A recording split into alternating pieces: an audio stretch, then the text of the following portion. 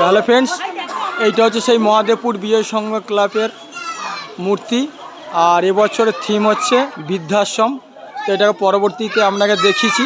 এখন আমরা আসব, এখানে মহিলা সমিতি আছে, সমস্ত মহিলারা ওনারা আজকে চতুর্থী সন্ধ্যায় সমস্ত সাদা শাড়ি পরে সুন্দর সেজে গুজে এই অনুষ্ঠানে উপস্থিত হয়েছে। তো আমি এনাদের কাছ থেকে কিছু জানবো আজকে কেন এদের এই চেতনাটা আসলো বৃদ্ধাশ্রমে।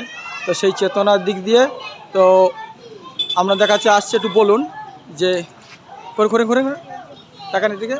তো এই বৃদ্ধাশ্রম অনুষ্ঠানটা যে আমরা এখানে করেছেন আজ থিম, এই থিমটার জন্য আপনাদের কেমন লাগছে?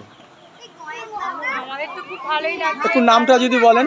আমার নাম দীপিকা সাউ। হ্যাঁ, বাড়ি এই তো মহাদেবপুর।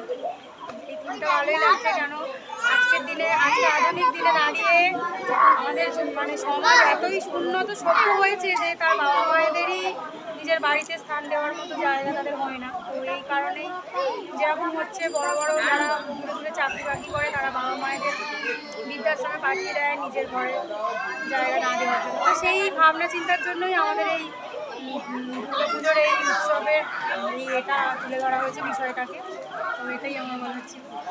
অসংখ্য ধন্যবাদ আপনাদের। দেখুন এখানে এই মহাদেবপুর সমাজ সদস্যর সমস্ত মহিলাবৃন্দরা আছে, তারা আজকে চতুর্থীর সন্ধ্যায় এই শুভ উদ্বোধন অনুষ্ঠানটা করেছে। তো আপনারা আসুন মহাদেবপুর বিজয় সংঘ ক্লাবে, এখানে এবছরের থিম বৃদ্ধাশ্রম।